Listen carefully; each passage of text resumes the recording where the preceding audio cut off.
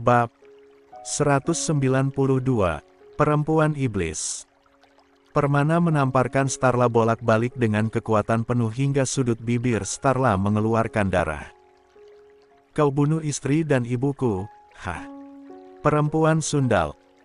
Permana mencekik leher Starla kuat-kuat hingga Starla terangkat beberapa senti dari lantai.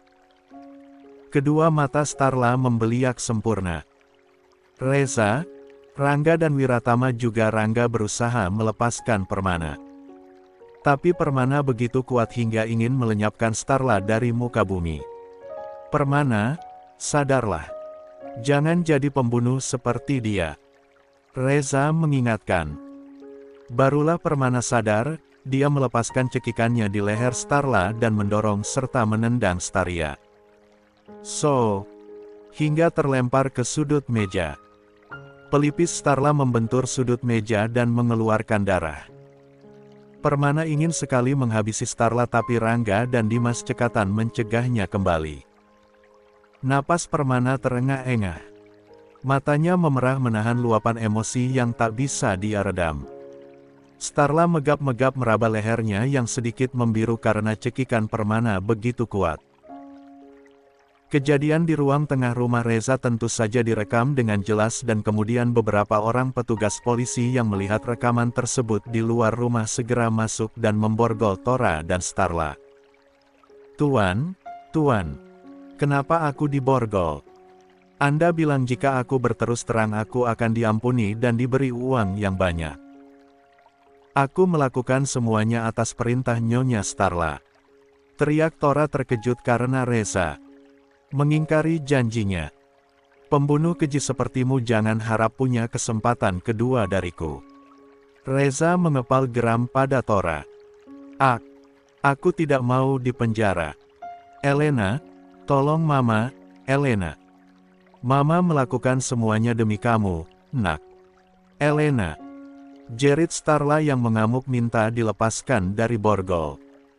Dia berteriak kesetanan. Kedua matanya membeliak.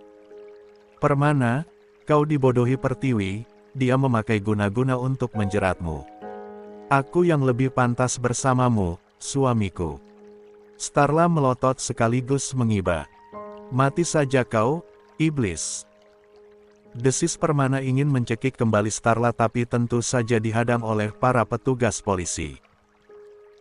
Elena benar-benar lemas. Dia masih dalam kondisi terpuruk karena patah hati luar biasa kini dihadapkan pada kejutan yang lebih biadab. Rere yang melihat Elena lemas di pelukan Daniel segera menghampiri Elena. Elena. Rere memeluk Elena erat. Kedua gadis itu luruh ke lantai, berpelukan dan menangis pilu. Tangisan keduanya begitu menyayat hati. Kamu saudaraku, Rere. Kamu ternyata saudaraku, pantas saja aku begitu menyayangimu tapi mamaku jahat, Re. Desis Elena di sela isak tangisnya. Rere memeluk Elena erat tapi harus merelakan Elena dibopong oleh Daniel karena Elena pingsan. Gadis itu tidak kuat menghadapi kenyataan mengejutkan yang baru saja terpampang nyata di depan matanya. Permana melihat ke arah Rere yang tampak sangat khawatir melihat Elena digendong Daniel menuju salah satu kamar di lantai 1. Alifa, anakku. Desis Permana. Sebagian orang ikut mengantar Elena ke kamar, sebagian lagi ikut mematung melihat Permana dan Rere saling berhadap-hadapan. Reza Darmawangsa menggandeng Rere dan mendekatkannya pada Permana lalu memberikan bukti tes DNA yang dilakukan oleh Alex dan Nawang. Alex dan Nawang menguji DNA kalian, hasilnya sangat akurat, ucap Reza. Permana gemetar melihat lembar hasil tes DNA. Dia memang melihat sedikit kemiripan pada wajah Rere dengan mendiang Pertiwi tapi Permana selalu berpikir itu karena sikap santun dan pemalu Rere mengingatkannya pada Pertiwi. Tapi ternyata yang hidup bersamanya di rumah selama ini adalah darah dagingnya sendiri. Permana memeluk Rere. Anakku, maafkan Papa karena tidak mengenalimu selama ini. Papa pikir Alifa sudah tiada. Rere terpaku di pelukan Permana. Pantas saja perasaannya untuk Permana terasa berbeda. Kehangatan Permana untuknya begitu membekas meski Permana jarang sekali ada di rumah. "Di mana makam nenekmu? Kau tahu?" bisik Permana. Rere mengangguk dan perih terasa menggigit teringat akan Wasti, sang nenek yang sepuh, sakit-sakitan dan kerap kali pikun. "Nenek sakit, Pak.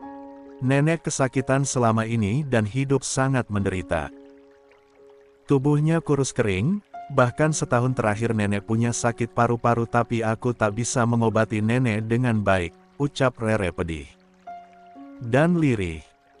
Permana melepaskan pelukannya, dia mengeluarkan dompet lalu menarik selembar foto. Ini nenekmu, bukan?" Permana menunjukkan foto dirinya, Wasti, Pertiwi dan Rere kecil dalam pangkuan Pertiwi. Itu nenek, Pak. Itu nenek." Mata Rere sukses berderai-derai teringat Wasti. "Dan ini ibumu, Nak." Ujar Permana merasa sakit yang tak tertahankan mengetahui jika Pertiwi dan ibunda tersayang tewas di tangan Starla. Permana kembali memeluk Rere erat. Semua orang yang hadir di sana tidak ada yang tidak meneteskan air mata. "Pak, Elena pingsan. Elena tetap anak papa meski lahir dari rahim wanita keji itu. Dia selalu baik dan menyayangimu. Elena adalah adikmu, Re." Permana baru tersadar lalu melihat ke sekeliling. Reza segera menggandeng Permana menuju kamar Elena disusul Rere. Rere melihat Daniel yang sibuk mengurusi Elena di kamar.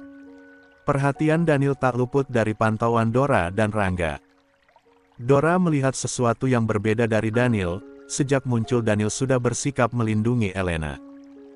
"Apa Kak Dante menyukai Elena?" gumam Dora dalam hati. Sementara Sri yang sejak tadi mengelus dada tak henti-henti merasa pening kepalanya. Betapa harta sanggup membuat seseorang berlaku keji bagai binatang. Tega melenyapkan sebuah nyawa. Dirinya sendiri selalu membiarkan semut-semut yang mengerubungi sisa-sisa makanan di dapur. Jika yang lain gesit membersihkannya, Sri selalu melarang. "Biarkan saja, itu rezeki mereka hari ini. Nanti juga pergi sendiri dan membawa sisa makanan itu." Begitu ujar Sri. Tapi Sri mengingat Serindita, Evelyn, Darnian, Omah, Mutiara dan kini Starla. Dia merinding membayangkan peristiwa demi peristiwa masa lalu. "Sri, kamu kenapa pucat begitu?" tanya Naila. "Serem, Nay. Serem dengerin kisah ibu kandung Non Rere.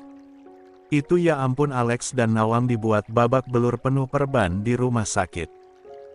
Kejam nian wanita cantik itu," kecam Sri. "Starla memang cantik, bahkan lebih cantik dari Pertiwi. Maka memang tidak heran jika Elena memiliki kecantikan yang sama, melebihi Rere. Tapi perkara hati seorang pria memang sulit diterka. Tidak semua pria memuja keindahan paripurna dari seorang wanita. Cantiknya hilang kalau dia biadab seperti itu, Sri. Sudahlah, hanya wanita-wanita keluarga Dharmawangsa saja yang kecantikannya paripurna," tukas Naila. "Bagaimana dengan Non Elena, ya? Apa Tuan Permana akan tetap menyayanginya? Seperti Tuan Aji Saka dan Tuan Reza yang tetap menyayangi Nyonya Saskia," gumam Sri. "Tuan Permana sepertinya orang baik seperti Tuan Reza. Semoga saja Non Elena tetap disayangi sepenuh hati," sahut Naila yang ikut merasa aneh dengan perhatian Daniel pada Elena. Dan Daniel perhatian sekali pada Nona El. Apa jangan-jangan dan Daniel suka ya sama Nona El? Kasihan, sampai sekarang masih belum move on dari Non Rara. Naila membatin sendirian.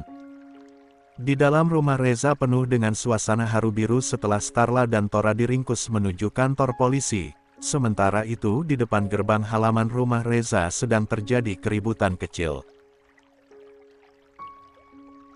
"Aku nggak mau tahu," ganti rugi kerusakan mobilku. Lihat, penyok begitu. Ini bukan lagi goresan, ini penyok. Brianna menyolot tidak terima. Iya, aku tahu aku salah. Maaf, sahut Albert pelan. Dia tak berani melihat ke arah Brianna yang memakai pakaian super pendek dan ketat. Lagian kamu itu baru belajar pakai mobil atau apa? Mobil lagi diem main hantam aja. Sungut Brianna tetap berkacak pinggang di depan Albert yang resah. Albert resah dengan pakaian super mini yang dikenakan Brianna. Dia tak ingin lagi mendengar omelan Brianna dan segera mengeluarkan kartu hitam dari dompetnya beserta kartu nama. Perbaiki segera mobilmu dan pakailah kartu ini. Tapi setelah semua selesai, kembalikan kartu ini padaku. Albert menaikkan kacamata lalu masuk mobil dan masuk ke halaman rumah Reza tanpa menoleh lagi pada Brianna yang terbelalak melihat dua kartu di tangannya. Satu kartu nama dan satu black card. Wah, sekaya apa lelaki cupu tadi hingga memberiku black card untuk memperbaiki mobil. Ah, gila. Apa dia pemilik rumah ini? Kak Daniel sedang apa sih di dalam? Tapi, wow. Brianna memekik senang. Bri, sadar woi. Jangan norak. Masuk cepetan. Lihat itu satpam rumah itu keheranan lihat kamu. Tegur Valerie di jok belakang mobil Brianna. Val, ini kartu hitam. Cowok cupu tadi kasih aku kartu hitam. Dia bodoh apa bagaimana? Kita nggak saling kenal, loh. Brianna memekik girang saat sudah kembali berada di dalam mobil. Cupu dari mana, sih? Itu lelaki tadi kalau didandanin nggak akan kalah keren dari kakakmu, loh. Cuma pakai kacamata tebal dan modelnya kuno aja, sih. Sahut Valerie. Lah iya cupu. Lihat cewek cantik dan seksi kayak aku dia malah gelagapan. Udah tahu kacamata melorot masih aja nunduk-nunduk. Bajunya kuno dan kedodoran tapi dia punya black card. Seru nggak sih kalau kita kerjain dia? Cabut, yuk. Kita have fun pakai kartu ini. Cetus Brianna tampak riang gembira. Jangan, Bri.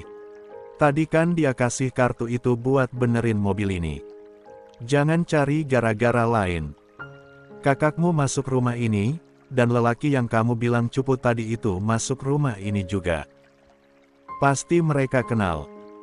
Kalau kamu macem-macem sama kartu hitam itu, bisa-bisa kakakmu nggak akan ngasih kamu uang jajan, Bri. Cegah Valerie.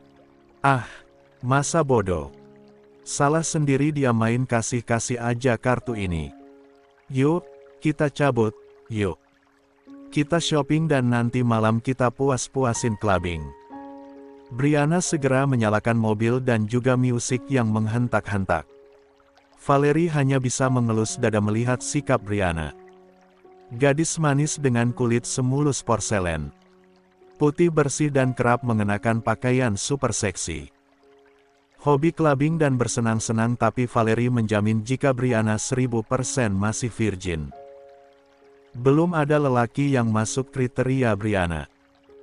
Padahal bukan 1-2 orang saja yang mendekati Brianna tapi Brianna tidak pernah tertarik untuk dekat dengan lelaki manapun. Apalagi lelaki-lelaki yang selalu lapar melihat tubuh mulusnya. Brianna tidak suka. Yai, baru kali ini aku ketemu cowok cupu dan bodoh seperti dia. Siapa namanya? Albert.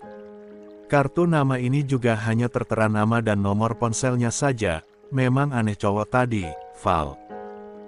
Brianna terbahak seraya mengipas-ngipas black card milik Albert.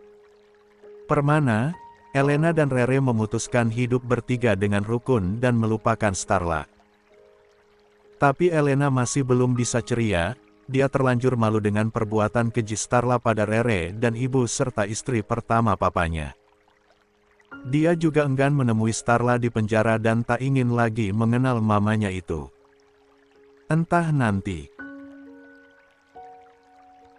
Elena tak menduga jika Permana tidak berubah, tetap menyayanginya seperti biasa.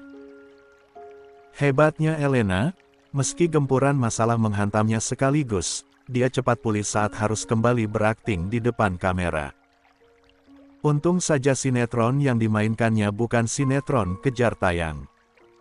Elena tetap profesional, berhadapan dengan Leon di depan kamera sungguh santai. Tapi kembali diam saat sudah selesai syuting. Seperti saat ini, Elena seharian syuting dan malam hari dia bersiap pulang. Leon menawarkan pulang bersama karena Elena tidak membawa mobilnya sendiri.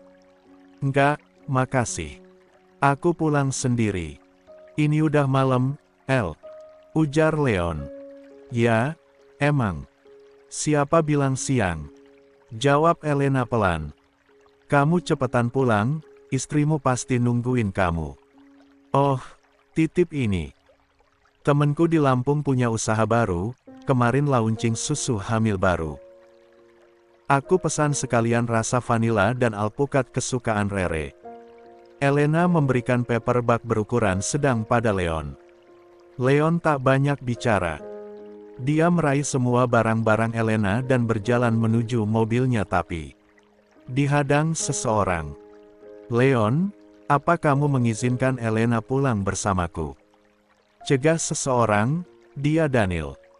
"Kak Daniel," desis Leon seraya menoleh pada Elena yang berdiri terpaku, tanpa ekspresi melihat ke arahnya. "Dan Daniel. Kak Daniel sengaja jemput El." Daniel mengangguk. Leon bernapas lega lalu memberikan tas milik Elena.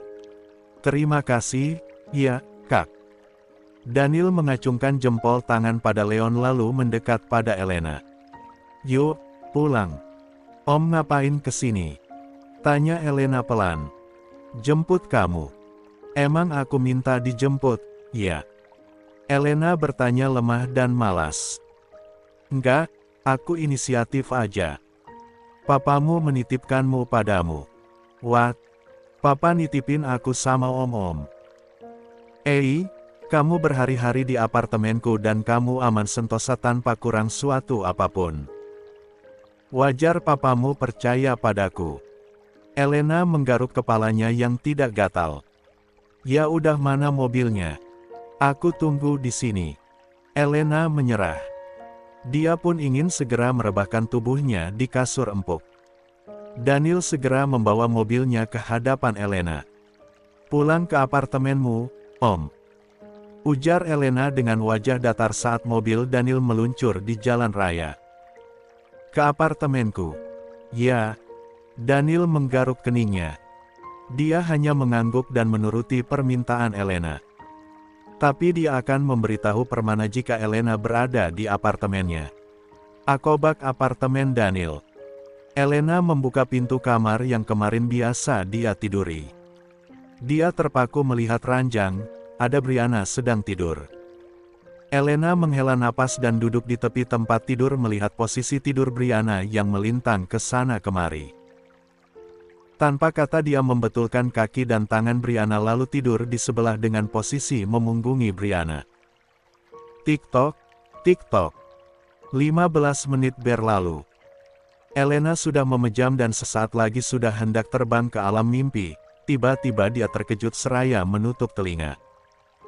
"Woi, kamu siapa? Heh." Brianna memukul Elena dengan guling. "Berisik banget, sih," keluh Elena.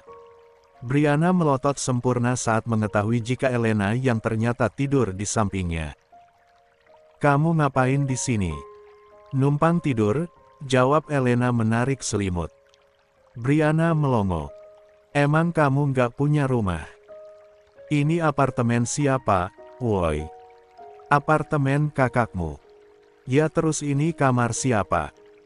Brianna memukul Elena lagi dengan guling. "Numpang bentar emang nggak boleh? Aku capek abis syuting seharian."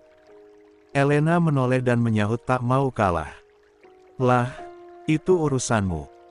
Mau syuting setahun juga bukan urusanku. Keluar." "Enggak." "Keluar." Brianna mendorong bahu Elena. "Ya ampun, Jadi cewek bisa nggak sih baik hati sedikit? Aku perlu istirahat. Please, diem, oke. Brianna memekik keras. Kak Daniel. Brianna keluar dari kamar. Elena tak peduli Brianna mau mengadu tingkat dewa pun dia masa bodoh. Dia menarik selimut menutupi hingga lengannya, sementara di luar kamar Brianna misuh-misuh pada Daniel. Kakak nggak ngehargain aku banget sebagai adik.